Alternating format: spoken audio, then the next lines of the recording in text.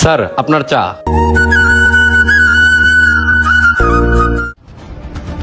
চা তো ঠান্ডা কেন? এটা কোনো চা হলো? ছোট লোকের বাচ্চা, যা ঠিক করে বানাই দিয়ে। জি স্যার।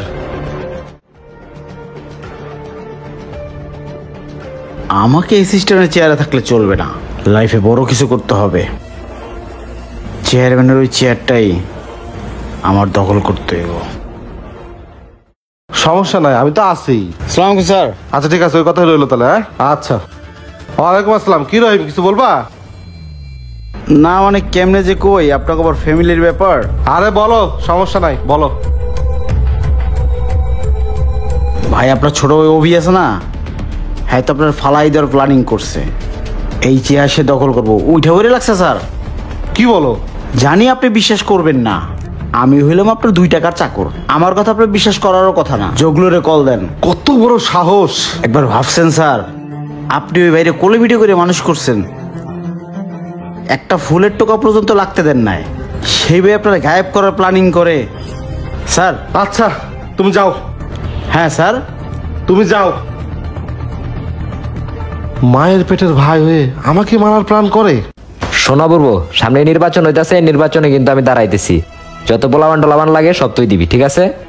তুই চিন্তা করিস না, যত পোলাবান লাগে সব আমি দিমু। হ্যাঁ। ভাই ভালো আছেন? আরে রহিম ভাই নাকি? বসেন। ভাই কিছু কথা ছিল আপনার সাথে। কি কথা? না মানে কথাটা যে কেমনে কই। আরে কও, কি কইবা কও। চেয়ারম্যান সব তো প্ল্যানিং করছে আপনারে ফলাই দিব।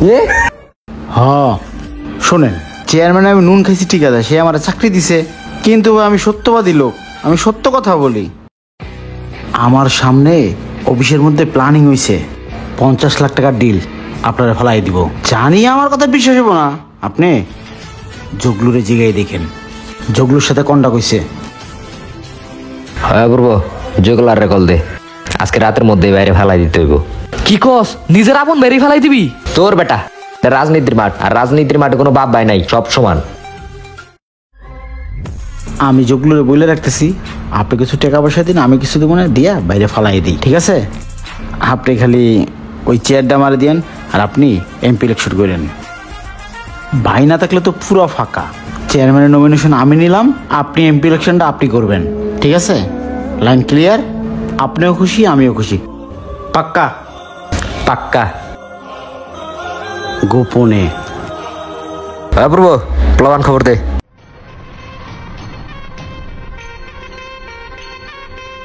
স্যার আসছেন? হ্যাঁ কিছু বলবা? স্যার পার্টি আসছিল, যদি একটু স্পটে যাইতেন। পার্টি না? আচ্ছা উঠো। না বাইক লাগবে না, আপনি আমার সাথে এমনি চলেন। বাইক লাগবো না? না স্যার। আচ্ছা চলো। আসেন স্যার। কি রহিম, তুমি আমাকে নির্জন জায়গায় রাখছো কেন? জনগণ একটু ঝামেলা আছে, এখন মনে করেন যে এই জায়গায় ডিল হইব। আসেন। কই রে তোরা সোনা মোনা নয়ন পাখি? কি ব্যাপার, সবাই এক জায়গায়?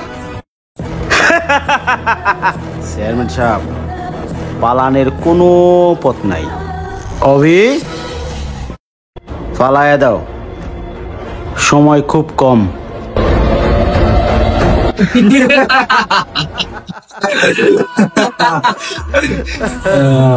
অভি পালায়া দাও।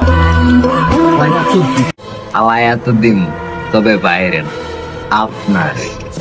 অভি তুমি কি পাগল হয়ে গেছো? আমি পাগল হই নাই, আমার মাথা ঠিকই আছে। রহিম, তুমি তো রাজনীতি এখনো অনেক কাঁচা। 2 দিনের বৈরাগী, ভাত রেখো অন্ন।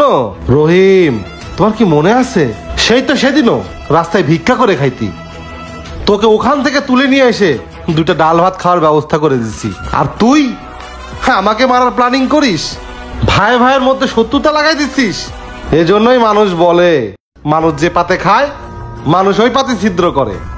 শোন তাহলে, ও আমার রক্তের ভাই, আর তুই 2 দিনের পোলা আইসা ভাই ভাইয়ের মধ্যে জ্ঞানদাম সৃষ্টি করে আমার চেয়ারটা দখল করবি? রহিম, হেই, রাজনীতি কি এতই সোজা? ওকে ফেলাই দে।